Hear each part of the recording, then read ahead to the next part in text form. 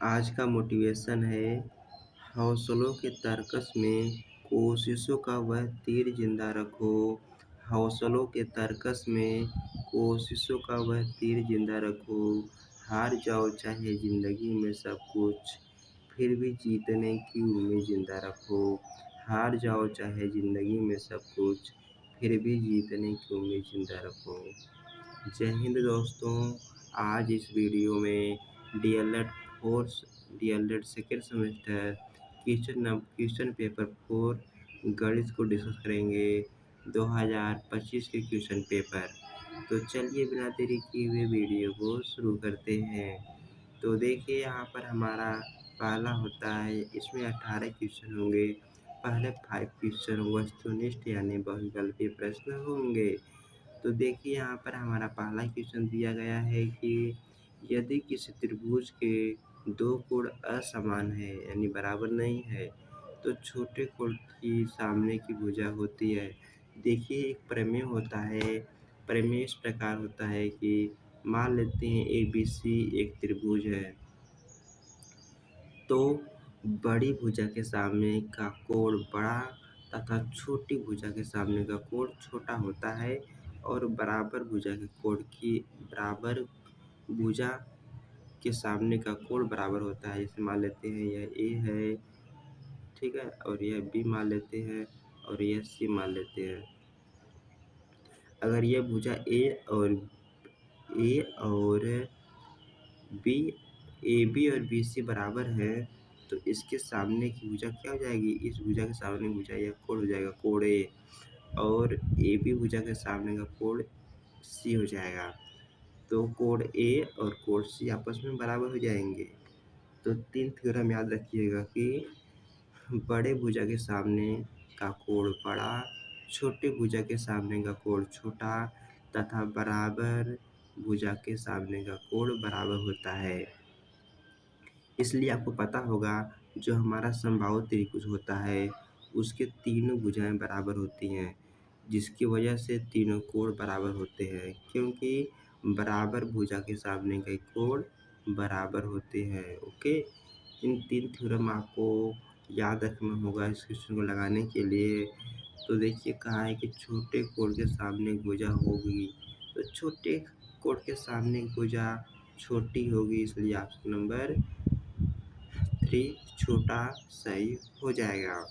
उम्मीद करता हूँ यह कॉन्सेप्ट और ये क्वेश्चन दोनों समझ में आए होंगे। अगर नहीं आए हैं तो कमेंट करके बता सकते हैं, मैं इस पर एक अच्छा सा वीडियो बनाकर आपको समझा सकता हूँ। दूसरा क्वेश्चन पूछा गया है कि योग का तस्मक अवयव क्या है। देखिए अगर हम किसी संख्या में 0 को ऐड कर देते हैं, ठीक है, तो हमें हमेशा वही संख्या प्राप्त होती है, इसलिए 0 को हम लोग तस्मक अवयव बोलते हैं। जैसे यहाँ 5 में 0 ऐड किया तो 5 हुआ। अगर यहीं पर -10 में अगर 0 ऐड करते हैं तब भी वही संख्या यानी -10 ही प्राप्त होता है। इसलिए 0 को हम लोग योग का तस्मक अवयव बोलते हैं, क्योंकि किसी संख्या में 0 ऐड करने पर हमें वही संख्या प्राप्त हो जाती है। इसलिए हमारा ऑप्शन नंबर 3 यानी 0 सही हो जाएगा। देखिए हमारा अगला क्वेश्चन दिया गया है कि 5x y स्क्वायर में यश के गुणांक बताइए। तो देखिए यश का गुणांक बताने के लिए सबसे पहले हम 5y स्क्वायर लिखेंगे और यश को अलग कर लेंगे, क्योंकि यश का गुणांक हमें याद करना है और यश यहाँ पर गुणा छिपा रहता है। और जो बची हुई संख्या है, तब जो बचा हुआ व्यंजक बोल सकते हैं वह उस संख्या का गुणांक कहलाएगा। तो क्या हो जाएगा इसमें 5y स्क्वायर, ठीक है। इसमें यश का गुणांक पूछा गया है ना, तो यश को अलग कर दीजिए और बचे हुए को अलग कर दीजिए, जो बचा हुआ है वह उस संख्या का गुणांक कहलाएगा। उम्मीद करता हूँ यह समझ में आया होगा। आइए बढ़ते हैं चौथे क्वेश्चन पर। हमारा चौथा क्वेश्चन कह रहा है कि किसी पूर्णांक का योगात्मक प्रतिलोम ज्ञात करने के लिए उनमें गुणा किया जाता है। आइए समझ लेते हैं पहले योगात्मक प्रतिलोम होता क्या है। कोई संख्या में वह कौन सी संख्या जोड़ने पर 0 प्राप्त हो जाए तो फिलहाल इसमें जो है अगर 1 ऐड कर देते हैं तो 0 आ जाएगा, यानी कि 1 इस संख्या का योगात्मक प्रतिलोम हो जाएगा। 1 कैसे प्राप्त हुआ? तो -1 में -1 से गुणा करने पर 1 प्राप्त हुआ है। तो जैसे मान लेते हैं दूसरा मान लेते हैं 5। अगर 5 में हम -5 ऐड करेंगे तो 0 प्राप्त हो जाएगा। और -5 कैसे प्राप्त हुआ? 5 में -1 से गुणा करने पर। इसलिए याद रखना है कि किसी भी संख्या का योगात्मक प्रतिलोम ज्ञात करने के लिए हम -1 से गुणा करते हैं। ओके, किससे गुणा करते हैं? -1 से गुणा करते हैं। इसलिए ऑप्शन नंबर सी हमारा राइट हो जाएगा। देखिए हमारा 5वां क्वेश्चन पूछा गया है कि परिमेय संख्या में सबसे बड़ी है। देखिए हमेशा याद रखना है कि परिमेय संख्या हो, पूर्ण हो, पूर्णांक हो, भिन्न हो या फिर प्राकृतिक संख्या, कोई भी संख्याएं हो, हमेशा जो है नेगेटिव संख्या छोटी होती है और पॉजिटिव संख्या बड़ी होती है। देखिए यहाँ पर 5/6 ये भी नेगेटिव है, -7/6 ये भी नेगेटिव है। यहाँ पर -7 बट्टे में मतलब डिवाइड में -6 है, तो माइनस माइनस को भाग करने पर यह प्लस में हो जाता है। इसलिए यह संख्या जो है 7/8 7/6 पॉजिटिव संख्या हो गई और ये दोनों नेगेटिव हो गया। ओके, तो जो पॉजिटिव संख्या हमेशा बड़ी होती है, तो हमसे बड़ी संख्या पूछा है तो बड़ी संख्या क्या हो जाएगा? तीसरा हो जाएगा। उम्मीद करता हूँ समझ में आया होगा, अगर नहीं आया है तो आप बताइए। चलिए बढ़ते हैं अगले क्वेश्चन पर। देखिए हमारा अगला क्वेश्चन पूछा गया है, छठा है कि एक घन मीटर को घन सेंटीमीटर में परिवर्तित करें। देखिए हम जानते हैं कि एक मीटर बराबर होता है 100 सेंटीमीटर। आपने तो कक्षा 8 में तो पढ़ा ही होगा, ठीक है, 8 या 9 में, या फिर इससे पहले ही पढ़ा होगा, या फिर पता होना चाहिए कि 1 मीटर में 100 सेंटीमीटर होता है। तो यहाँ पर कहा है कि घन मीटर, घन मतलब होता है क्यूब, तो दोनों पक्षों में क्यूब कर लीजिए, ठीक है, तो हमारा राइट आंसर आ जाएगा। तो यहाँ इसका मतलब होता है पावर 3 का घन मीटर, बराबर में यहाँ घन सेंटीमीटर में आ जाएगा। तो देखिए 100 पावर 3 करेंगे तो 6 जीरो बढ़ जाएगा, ठीक है, मतलब 100 को गुणा 100 गुणे 100 गुणे 100 100 गुणा 3 बार करेंगे तो ये कितना हो जाएगा? 6 जीरो आ जाएगा। 1 2 3 4 5 6 और सेंटीमीटर क्यूब आ जाएगा, ठीक है, तो कितना हो जाएगा? 10 लॉग, इकाई, दहाई, सैकड़ा, हजार, 10 लाख, 10 लाख, यानी कि 10 लाख सेंटीमीटर क्यूब हो जाएगा, यानी घन सेंटीमीटर हो जाएगा। तो इस प्रकार से इस क्वेश्चन को लगाना था। उम्मीद करता हूँ समझ में आया होगा। हम आगे बढ़ते हैं अगले क्वेश्चन पर। हमारा अगला क्वेश्चन है कि 25 सेंटीमीटर भुजा वाले वर्ग में 5 सेंटीमीटर भुजा के कितने वर्ग काटे जा सकते हैं? ठीक है, देखिए सबसे पहले तो 25 सेंटीमीटर भुजा वाले वर्ग का क्षेत्रफल ज्ञात कीजिए। ठीक है, सबसे पहले इसका क्षेत्रफल ज्ञात कीजिए और इसी क्षेत्रफल से हम वर्ग काटेंगे, ठीक है, वो भी 5 सेंटीमीटर भुजा के। तो जो 25 सेंटीमीटर भुजा वाले वर्ग का क्षेत्रफल क्या हो जाएगा?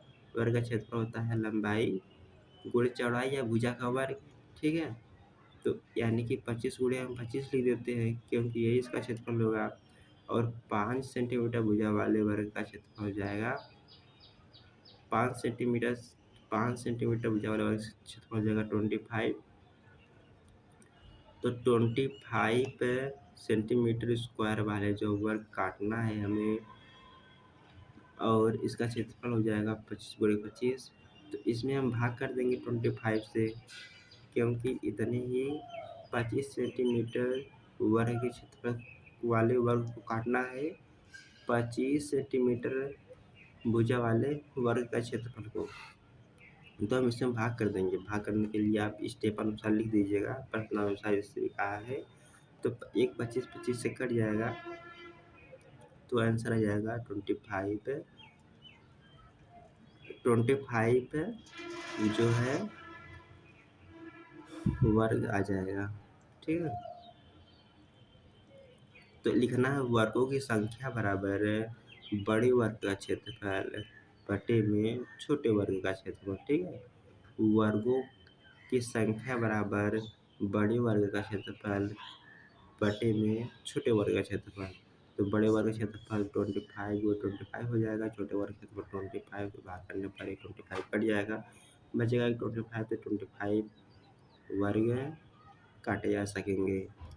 ओके, समझ में आया? आइए बढ़ते हैं अगले क्वेश्चन पर। हमारा 8वां क्वेश्चन है, निम्नलिखित आंकड़ों से टैली चिन्ह लगाकर संख्याओं की बारंबारता लिखिए। सबसे पहले तो हम 3 कॉलम बनाएंगे। ठीक है, एग्जाम में क्या करना है, इस प्रकार से 3 कॉलम बनाना है। 1 कॉलम, 2 कॉलम, 3 कॉलम। 1 कॉलम इधर मान लेते हैं, हालांकि बना देते हैं। यहाँ पर 3 कॉलम मैंने बना देते हैं। पहले कॉलम में लिखना है आंकड़ा। ठीक है, क्या ऊपर दिया है आंकड़ा, इसमें आपको आंकड़ा लिखना है। ओके, आंकड़ा। इसके बाद दूसरे में आपको लिखना है बारंबारता, और बारंबारता का टैली चिन्ह लिखना है। ठीक है, बारंबारता लिख दीजिएगा। और तीसरा में लगाना है टैली चिन्ह। ठीक है, टैली चिन्ह। तो आंकड़ों को क्या करना है, जैसे यहाँ 5 है तो 5 लिखिए। सबसे छोटा क्या संख्या दिया गया है, इसमें 5 दिया गया है। और 5 कितनी बार आया है, देखिए 5 2 बार आया है, तो यहाँ पर इसकी संख्या बारंबारता में 2 लिख दीजिए।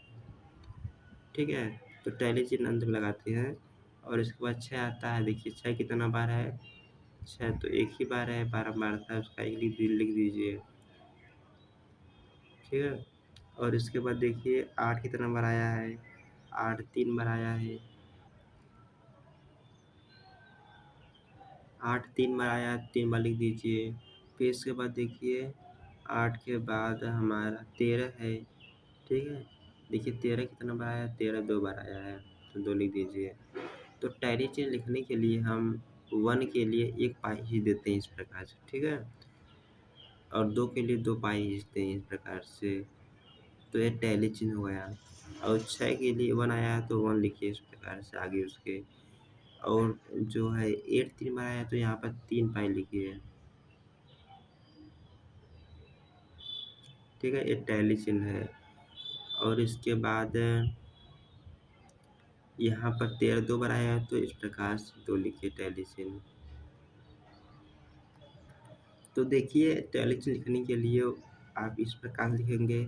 और 4 लिखना है, ये बता देते हैं। अगर बारंबारता की संख्या 4 बार आ जाता है तो 4 लिखने के लिए 4 पाई लगा देते हैं इस प्रकार से। ठीक है, और 5 लिखने के लिए हम इसी से जो है लेफ्ट से राइट इस प्रकार से काट देते हैं। ठीक है, ये 4 हो गया। और ये 4 नहीं है, ये 5 हो गया। 4 तो पाई हो गया, एक इस प्रकार पीछे काटने पर 5 हो जाएगा। फिर एक पाई आगे खींचेंगे तो 6 हो जाएगा। ठीक है, एक और लिखेंगे 7 हो जाएगा, एक और लिखेंगे तो 8 हो जाएगा, एक और भी लिखेंगे तो 9 हो जाएगा। और फिर एक इस प्रकार पीछे काट लेंगे तो 10 हो जाएगा। ठीक है, तो मैंने 10 तक टैली चिन्ह लिखना भी बता दिया है। तो उम्मीद करता हूँ इस प्रकार के क्वेश्चन अगर आते हैं तो एग्जाम में आप बड़ी आसानी से कर सकेंगे।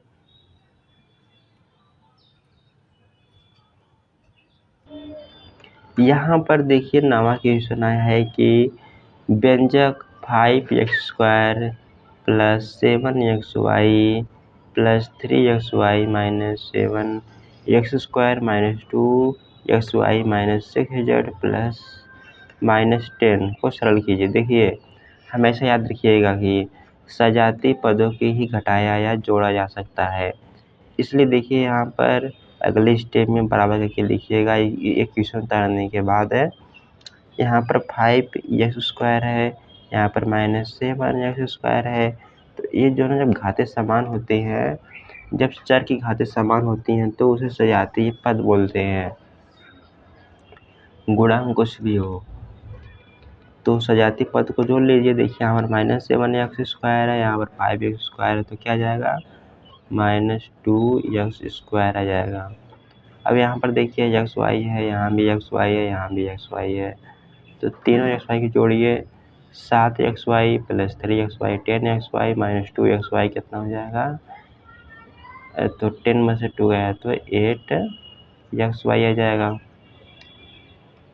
इसके बाद देखिए यहाँ पर 8z है और यहाँ पर 6z है, तो घटाने पर हमारे पास प्लस में 2z आ जाएगा।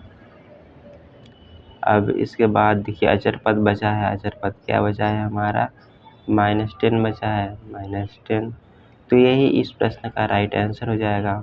ओके, तो इस क्वेश्चन को अगर मैथ में पढ़ने में कमज़ोर है तो इस बात का ध्यान रखना है कि सजातीय पदों को ही घटाया या जोड़ा जा सकता है। सजातीय पद वह पद होते हैं जिसमें चर तथा चर की घात बराबर होती है। ठीक है, तो चलिए ये क्वेश्चन भी आपको समझ में आ ही गया होगा। तो देखिए हमारा अगला क्वेश्चन कह रहा है कि परिमेय संख्या की परिभाषा लिखिए।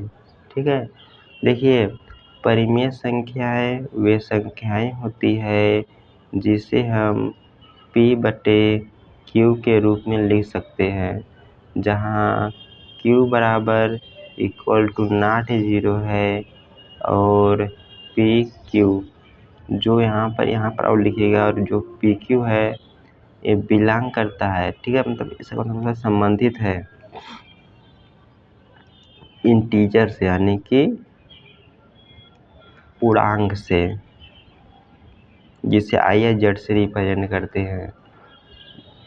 तो परिमेय संख्याएं वे संख्याएं होती हैं जिसे p/q के रूप में लिखा जा सकता है, जहां q बराबर = नॉट 0 है और pq पूर्णांक है।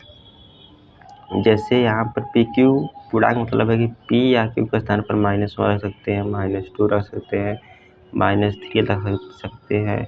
इसी प्रकार डॉट डॉट अंदर चला जाएगा, 0 रख सकते हैं, 1 रख सकते हैं, 2 रख सकते हैं, 3 रख सकते हैं, ये सभी रख सकते हैं। जैसे में उदाहरण देना है तो एग्जाम्पल में आप लिख दीजिएगा परिमेय संख्या के 1/2 हो गया, exp होता है ना जी, एग्जाम्पल exp 1/2 हो गया। हर प्राकृतिक संख्या जो है परिमेय संख्या होती है, और 22/7 भी परिमेय संख्या है, याद रखिए। क्यों? क्योंकि पाई एक अपरिमेय संख्या है और पाई का मान होता है 22/7, जो कि लगभग में होता है आक्स। ठीक है, इसलिए अपरिमेय संख्या को कभी भी p/q के रूप में नहीं लिख सकते हैं। ये तो p/q के रूप में है, इसलिए यह है परिमेय संख्या, जो कि पाई का लगभग मान है। पाई का एग्जैक्ट मान होता है 3.14, जो कि वो भी अनंत तक बढ़ता ही जाता है, इसलिए वह अपरिमेय संख्या हो जाता है। तो इन सभी उदाहरणों को याद रखिएगा। और एक क्वेश्चन इस प्रकार से भी बनता है कि परिमेय संख्या और भिन्न में क्या अंतर है। परिमेय संख्या के बारे में तो मैंने डिस्कस किया ही है, अब भिन्न के बारे में जान लेते हैं। भिन्न क्या होता है, देखिए जो हमारा भिन्न होता है ना, इससे भी हम लोग p/q के रूप में लिखते हैं, और q बराबर नॉट 0 होता है। ठीक है, सेम वही कंडीशन है, सिर्फ एक शर्त हो जाती है कि जो हमारा p और q है, अंश और हर है, इसमें जो है ये संबंधित होता है होल नंबर से, यानी पूर्ण संख्या से। p और q के स्थान पर हम सिर्फ 0, 1, 2, 3 यानी 0 और प्राकृतिक संख्या को ही होल नंबर बोलते हैं। सिर्फ यही मान रख सकते हैं, उसे हम लोग भिन्न बोल देते हैं। तो आपको दो कॉन्सेप्ट बारे में समझ में आ गया होगा। पहला है परिमेय संख्या, दूसरा है प्राकृतिक संख्या, भिन्न संख्या। तो चलिए ये भी आपको क्वेश्चन समझ में आया होगा। तो बढ़ते हैं अगले क्वेश्चन पर। हमारा अगला क्वेश्चन है कि a⁵b माइनस ab⁵ गुणनखंड है। तो देखिए इसका ज्ञात करने के लिए इसमें देख रहे हैं हम कि a की पावर 5 है, दोनों में a और b कॉमन है, तो a b कॉमन कर लीजिए। ठीक है, इसमें से a b कॉमन कर लेंगे तो यहाँ पर a की पावर 4 बच जाएगा और b तो कॉमन हो ही गया है और माइनस में b की पावर 4 आ जाएगा। ठीक है, तो एक हम सूत्र जानते हैं कि a का वर्ग माइनस b का वर्ग होता है एक कोष्ठक में a प्लस b, दूसरे कोष्ठक में a माइनस b, और हम इसी सूत्र का प्रयोग करने वाले हैं a माइनस b। ये पार्ट इतना इधर अलग है और यहाँ पर क्या हो जाएगा a b। देखिए a की पावर 4 माइनस b की पावर 4 को क्या लिख सकते हैं बताइए? a की पावर 4 को हम लिख सकते हैं a के स्क्वायर का स्क्वायर। ठीक है, इसी प्रकार से b की पावर 4 को लिख सकते हैं। एक स्टेप हम शार्ट कर देते हैं ताकि लिखने में सुविधा हो, तो इसे हम लिख सकते हैं क्या? a square plus b square. एक कोष्ठक में a प्लस b और एक कोष्ठक में a माइनस b हो जाएगा a square minus b square. ऐसा समझ में कैसे मैंने लिखा है? फिर यहाँ पर a b कलर चेंज कर लेते हैं, लगता है बाहर बारिश होगी। यहाँ a b हो गया और a square minus b square को हम इधर लिख देते हैं और a square minus b square को भी डिस्कस किया कि इससे हम पुनः क्या लिख सकते हैं? a plus b into a minus b लिख सकते हैं और यहाँ पर a square plus b square एक बचा ही है, तो इसका गुणनखंड हम कुछ इस प्रकार से करेंगे और आंसर आ जाएगा A B into A plus B into A minus B into A square, यहाँ प्लस रहेगा बी स्क्वायर क्योंकि मैंने इससे उतारा है। आया समझ में? आपको एक सूत्र पता होना चाहिए सिर्फ ए का वर्ग माइनस बी का वर्ग होता है एक कोष्ठक में ए प्लस बी, दूसरे कोष्ठक में ए माइनस बी। ओके, तो चलिए ये क्वेश्चन समझ में आ गया होगा। बढ़ते हैं हमारा, देखिए बहुविकल्पी प्रश्न, अति लघु उत्तरीय प्रश्न खत्म हो चुका है और हम बढ़ने वाले हैं लघु उत्तरीय प्रश्न जो कि 2 नंबर के होते हैं। तो देखिए हम थोड़ा जूम कर लेते हैं। हमारा पहला क्वेश्चन दिया गया है कि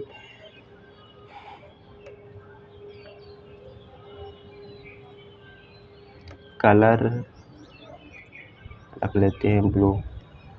देखिए यहाँ पर पहला क्वेश्चन दिया गया है कि एक समबाहु त्रिभुज का परिमाप 18 सेंटीमीटर है, इसका क्षेत्रफल याद कीजिए। तो एक समबाहु त्रिभुज हम जानते हैं कि तीनों भुजाएं बराबर होती हैं समबाहु त्रिभुज को, और तीनों भुजाओं की माप ही हमारा परिमाप होता है। मान लेते हैं, माना कि आपको ये लिखना पड़ेगा नीचे क्वेश्चन को एग्जाम में लगाते समय। माना त्रिभुज का भुजा, मतलब माना समबाहु त्रिभुज की भुजा ए है। ठीक है, तो परिमाप हो जाएगा 3a बराबर हो जाएगा 18। तो यहाँ से a का मान हमारा प्राप्त हो जाएगा 6 3 18, यानी कि भुजा 6 हो जाएगा। अब इसका क्षेत्रफल पूछा है, तो समबाहु त्रिभुज का क्षेत्रफल होता है कड़ी में 3/4, भुजा a माना है तो a का वर्ग हो जाएगा। तो क्या हो जाएगा? कड़ी में 3/4 और भुजा 6 है तो यह क्या हो जाएगा? 6 का वर्ग हो जाएगा। तो बस इसी प्रोसेस को आगे कर लीजिए, हमारा राइट आंसर आ जाएगा 3/4, 6 का वर्ग हो जाता है कितना? 36। तो 9 चौको 36, तो ये कट जाएगा 9 बार में। तो क्या आंसर आ जाएगा बताइए? इसका आंसर आ जाएगा 9। इसका आंसर आ जाएगा 9√3। इसी प्रकार से एक और क्वेश्चन बनता है कि यहाँ पर त्रिभुज का परिमाप न देकर त्रिभुज का ऊंचाई दे देता है। तो त्रिभुज का जो समबाहु त्रिभुज का ऊंचाई होता है, याद रखिएगा, समबाहु त्रिभुज का ऊंचाई होता है कड़ी में 3/2 इंटू भुजा ए मान लेते हैं, ये हो जाएगा। ये भी सूत्र याद रखिएगा, समबाहु त्रिभुज का परिमाप 3 गुणे भुजा होता है और समबाहु त्रिभुज की ऊंचाई होता है कड़ी में 3/2 इंटू भुजा। अगर मान लेते हैं यहाँ पर त्रिभुज की ऊंचाई हमें दिया है कड़ी में 3 या कुछ भी दिया है, तो यश के स्थान पर कड़ी में 3 रखकर यहाँ पर भुजा ज्ञात करिएगा और क्षेत्रफल ज्ञात करने के लिए कड़ी में 3/4 और भुजा का वर्ग कर दीजिएगा तो हमें क्षेत्रफल प्राप्त हो जाएगा। तो प्राइवेट क्वेश्चन मैंने 2 क्वेश्चन के बारे में डिस्कस किया, इस प्रकार का क्वेश्चन एग्जाम में आया भी है। ओके, तो चलिए ये भी समझ में आ गया। बढ़ते हैं अगले क्वेश्चन पर। हमारा अगला क्वेश्चन कह रहा है कि एक भिन्न का हर अंश से एक अधिक है। जो हर है ना, एक भिन्न का हर अंश से एक अधिक है। ठीक है, माना जो वो भिन्न है उसका हर जो है यक्स है। एक भिन्न का हर अंश से एक अधिक है। ठीक है, तो इसका मतलब क्या है कि अगर हम जो है अंश जो है इसे यक्स मानते हैं तो हर एक अधिक है, तो हर क्या हो जाएगा, यक्स प्लस 1 आ जाएगा। तो भिन्न क्या हो जाएगा, भिन्न को हम अंश बटे हर के रूप में लिखते हैं, तो हमारा वह भिन्न जो हो जाएगा वह भिन्न यक्स बटे में यक्स प्लस 1 आ जाएगा। फिर कहा है कि अंश हर दोनों में एक घटाने पर, यानी कि दोनों में एक घटा दीजिए, तो अंश हर में एक घटाने पर वह 1/2 हो जाती है। तो भिन्न याद कीजिए, तो यह तो 0 हो गया और ऊपर क्या गया, यक्स माइनस 1 बटे में यक्स बराबर में 1/2। तो ये गुणा कर लीजिए, तो यह क्या हो जाएगा, 2x माइनस 2 बराबर में यक्स, और इसे राइट में कर लीजिए, इसे इधर भेजिए तो यक्स बराबर में 2 आ गया। तो यक्स मान जब 2 आ गया तो वह भिन्न क्या था, वह भिन्न हमारा यक्स बटे में यक्स प्लस 1 था।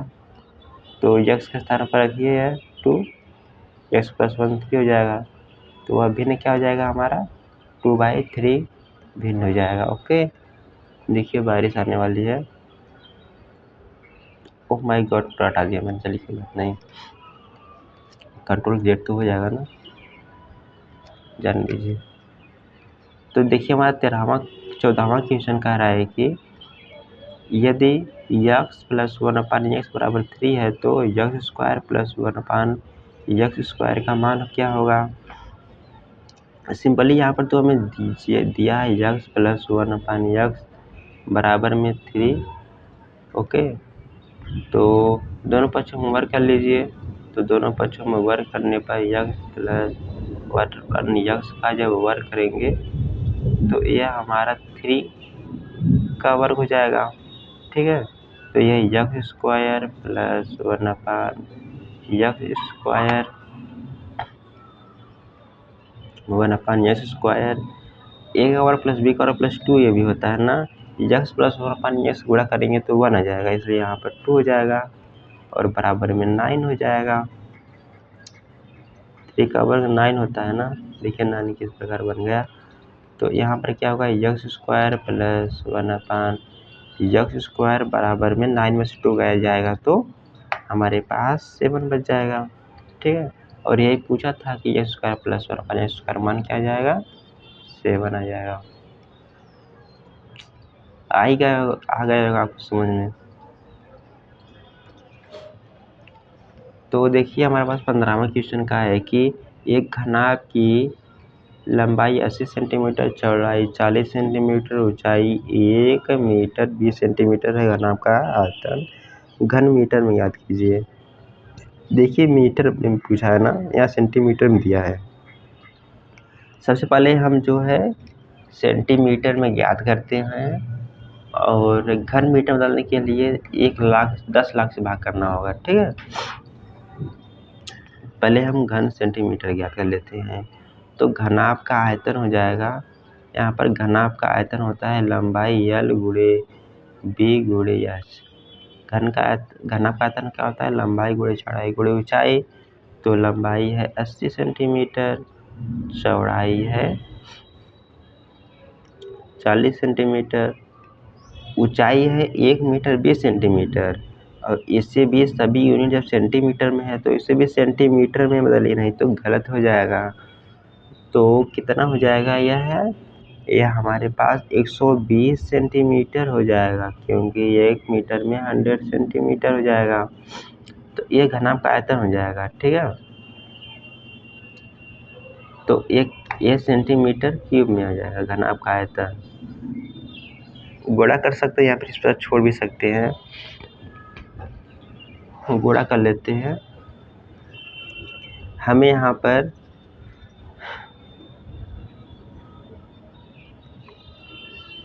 तो 8 चौको 32 और 12, 32 12 में गुणा करिए कितना जाएगा, 12 दूना 24, 2 हासिल हो गया, 12 36, 36 2 38।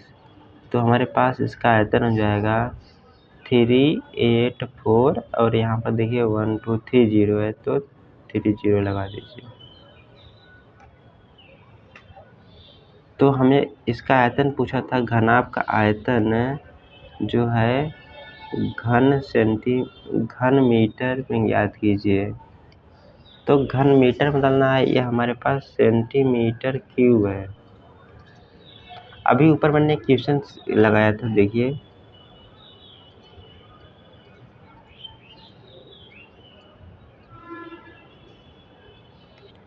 यहाँ पर मैंने पहला क्वेश्चन डिस्कस किया था कि ये घन मीटर में को घन सेंटीमीटर में बदलिए। तो एक घन मीटर को सेंटीमीटर में घन सेंटीमीटर बदलने के लिए एक घन मीटर बराबर होता है 10 log सेंटीमीटर क्यूब, यानी कि इसमें इस संख्या में 10 log से डिवाइड करना पड़ेगा। तो चलिए कर लेते हैं 10 log से डिवाइड। तो कितना आ जाएगा बताइए, 6 0 लगाइए, 1 2 3 4 5 6 0 लग गया। तो ये देखिए 3 0 हट गया, और यहाँ पर 1000 भाग करने पर 3 अंक बाद डेसिमल लग जाएगा, यानी कि 0.384 मीटर क्यूब जो है वह घनाभ का आयतन हो जाएगा। आया समझ में आ गया होगा, ओके। तो चलिए बढ़ते हैं अपने अगले क्वेश्चन पर। हमारा अगला क्वेश्चन दिया है कि कुछ आंकड़े दिए हैं, कह रहा है कि माध्यिका ज्ञात कीजिए। सबसे पहले माध्यिका ज्ञात करने के लिए हम दी गई संख्याओं को आरोही या फिर अवरोही क्रम में व्यवस्थित कर लेते हैं। तो हम आरोही क्रम में यानी कि असेंडिंग ऑर्डर में व्यवस्थित कर लेते हैं। सबसे छोटी संख्या 4 है, फिर इसके बाद 5 है, फिर 6 है, क्या नहीं है, 7 है, फिर इसके बाद 8 नहीं है, 9 है, फिर 10 है, फिर 11 है, फिर 12 है, 13 नहीं है, 14 नहीं है, 15 है, फिर क्या है, 16 है। किसी आंकड़े में दी गई संख्या ठीक बीच वाली संख्या आंकड़ों की माध्यिका कहलाती है, ठीक है। इसका बीच वाली संख्या होगा वो माध्यिका हो जाएगा। तो माध्यिका ज्ञात करने के लिए सबसे पहले संख्या को हम गिन लेते हैं। तो यह 1 2 3 4 5 6 7 8 9 संख्याएं हैं, यानी कि विषम है। जब विषम संख्याएं होती है तो संख्या के माध्यिका बराबर में हो जाएगा, माध्यिका बराबर में हो जाएगा संख्या विषम है, बराबर में 9 संख्या है, बराबर में लिखना है इसे, संख्या बराबर में 9। तो 9 है, तो जब संख्या विषम है तो इसमें n+1 करते हैं, बाई में 2 करते हैं। तो 9 प्लस 1/2 बराबर में 10/2 बराबर में 5। तो ये जो 5 आया है ना, यह 5 लेफ्ट या राइट से गिनिए, जो पांचवी संख्या होगी वही दी गई आंकड़ों की माध्यिका होगी। तो 1 2 3 4 5 यानी कि दी गई संख्या की माध्यिका बराबर 10 हो जाएगा। तो 10 इस संख्या की क्या है, माध्यिका है, माध्यिका 10 है। आया समझ में?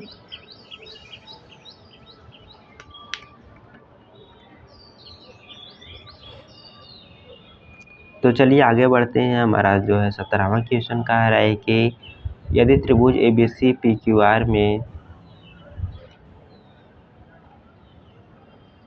देखिए हमें 17वां क्वेश्चन कह रहा है कि त्रिभुज ABC PQR, मान लेते हैं हमारे पास एक त्रिभुज जो है यह ABC है, ABC, और एक त्रिभुज हमारे पास है PQR, ये P मान लेते हैं या Q मान लेते हैं या R मान लेते हैं। PQR में AB बराबर 3.5 है, BC बराबर 7.1 है, AC बराबर 5 है, PQ बराबर 7.1 है और QR बराबर 5 है। QR क्या था जी, PQ बराबर यह जो है 7.1 दिया था, और कह रहा है QR बराबर 5 सेंटीमीटर है और PR बराबर 3.5 सेंटीमीटर है। ठीक है, तो त्रिभुज के सार्वसंगता का परीक्षण कीजिए। देखिए यहाँ पर सर्वांग समता की बात कर रहा है। तो सर्वांग समता के लिए तीनों भुजा और तीनों कोण बराबर होना चाहिए। ठीक है, तीनों संगत कोण और संगत भुजा बराबर होना चाहिए। और इस प्रकार की समरूपता होता है, समरूपता में तीनों कोण बराबर तो होते हैं लेकिन भुजा बराबर नहीं होती हैं। ठीक है, तो देखिए सर्वांग समता का तभी होगा जब तीनों भुजाएं बराबर होंगे। तो देख लेते हैं तीनों भुजाओं का, दोनों त्रिभुजों की संगत भुजाओं का अनुपात बराबर होना चाहिए सर्वांग समता के लिए। देख लेते हैं AB की संगत भुजा PR है। अगर हम AB बटे में PR ज्ञात करते हैं तो ये 3.1 बटे में 3.1 बराबर में 1 प्राप्त हुआ। तो इन दोनों संगत भुजाओं का अनुपात 1 आ गया, और 1 ही यही संगत भुजा हमारा जो है BC और QR का भी होना चाहिए। देख लेते हैं BC बटे में QR बराबर में BC 7.1 है, QR 5 है। तो यह जो क्या हुआ देख सकते हैं, दोनों संगत भुजाओं का अनुपात बराबर नहीं, यहाँ पर 1 है, यहाँ पर 7.5 बटे 5 आया और यहाँ भी नहीं आएगा। इसलिए आप लिखेंगे यहाँ पर AB दोनों त्रिभुज की संगत भुजाएं का अनुपात बराबर नहीं है, यानी कि बराबर नहीं। AB बटे PR equal to not BC बटे QR। लिखेंगे कि दोनों त्रिभुज में संगत भुजाएं बराबर नहीं हैं, इसलिए दोनों त्रिभुज सर्वांगसम नहीं है। बस इस पॉइंट को लिख लीजिएगा नीचे। तो चलिए इक्वेशन भी समझ में आ गया होगा। ऐसा नहीं कर देना है कि तीनों भुजाएं तो दिया है और वही संख्याएं दिया है तो त्रिभुज सर्वांगसम होंगे। इस बात को हमेशा याद रखना है, मैं बता दे रहा हूँ, बढ़ाने के लिए इस प्रकार का क्वेश्चन एग्जामिनर अवश्य देता है। हमेशा जो यहाँ पर त्रिभुज दिखाई दे रहा है ए बी सी, ठीक है, यह त्रिभुज है जो यहाँ पर पी क्यू आर है, ठीक है, ये पी क्यू आर त्रिभुज है। अगर समरूपता हम याद करते हैं, अगर तीनों भुजाएं संगत मान लेते हैं कि यह यही संगत भुजाएं बराबर दे दिया है कि क्या हम करते हैं, इसे हटा देते हैं, यहाँ पर हम 5 कर लेते हैं और यहाँ पर 7.1 कर लेते हैं। अगर ये दिया रहता तो त्रिभुज सर्वांगसम भी होता और समरूप भी होता। तो यह त्रिभुज समरूप है त्रिभुज पी क्यू आर को, ठीक है, त्रिभुज समरूप है पी क्यू आर का और सर्वांगसम भी है। अगर यहीं पर ना यह इसका पोजीशन पी क्यू आर की पोजीशन चेंज कर देता है, जैसे यहाँ पर मैंने पी क्यू आर लिखा था, अब यही त्रिभुज लिखता आर क्यू पी, तो ये सर्वांगसम नहीं होगा, ठीक है, ये त्रिभुज दूसरा हो जाएगा क्योंकि भुजा बदल जाएगी। ओके, तो इस पॉइंट को हमेशा याद रखना है, संगत भुजाएं आपस में बदल जाएंगी, इसलिए त्रिभुज नहीं सर्वांगसम होगा नहीं समरूप होगा। यही हेरफेर इसमें किया था, अधिकतर लोग इसे सर्वांगसम लगाकर चले आए होंगे, ठीक है, तो इस पॉइंट को हमेशा याद रखना है। तो चलिए, ये भी क्वेश्चन समझ में आ गया होगा, इससे संबंधित कॉन्सेप्ट भी समझ गए होंगे। हम बढ़ते हैं 18वें और अंतिम क्वेश्चन पर। हमारा 18वां क्वेश्चन है कि 5 मीटर यहाँ काम हो सकता है, 2 मीटर आयताकार गेंदे वाले हौज में 1.5 मीटर ऊंचाई तक पानी भरा है। ज्ञात कीजिए हौज कितने लीटर पानी भरा है। सिंपली इसमें आयतन याद करना है ना। देखिए, एक इसमें जो आयताकार पेंदे वाले हौज है, मतलब कि घनाभ का आयतन क्या होता है, लंबाई गुणे चौड़ाई गुणे ऊंचाई। लंबाई गुणे चौड़ाई जो है आयताकार पेंदे का क्षेत्रफल हो जाएगा, ऊंचाई में गुणा कर देंगे तो आयतन प्राप्त हो जाएगा। तो क्या करेंगे ज्ञात करने के लिए, हौज में भरा हुआ पानी, ठीक है, इसमें लिखेंगे हौज में भरा हुआ पानी बराबर हो जाएगा आयताकार पेंदे का क्षेत्रफल। यहाँ पर लिखिएगा आयताकार पेंदे का क्षेत्रफल गुणे ऊंचाई। तो आयताकार पेंदे का क्षेत्रफल क्या हो जाएगा, यहाँ पर गुणा सही था, 5 गुणे 2 गुणे ऊंचाई क्या है, ऊंचाई 1.5 है। तो बस गुणा कर लीजिए, 5 गुणा 10 गुणे 1.5, तो यह 10 गुणा करने पर 10 हट जाएगा, तो 15 मीटर दिया है तो कितना जाएगा, मीटर क्यूब आ जाएगा। इसलिए हौज में भरा हुआ पानी 15 मीटर क्यूब है, घन मीटर है या मीटर क्यूब है।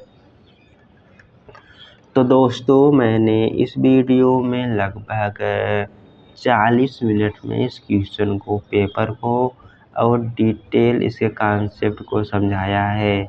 मैं उम्मीद करता हूँ यह क्वेश्चन पेपर आपको समझ में आया होगा और इससे संबंधित क्वेश्चन और कॉन्सेप्ट भी समझ में आ ही गया होगा। तो मिलते हैं अगले वीडियो में। वीडियो कैसी लगी कमेंट करके बताएं। Bye bye.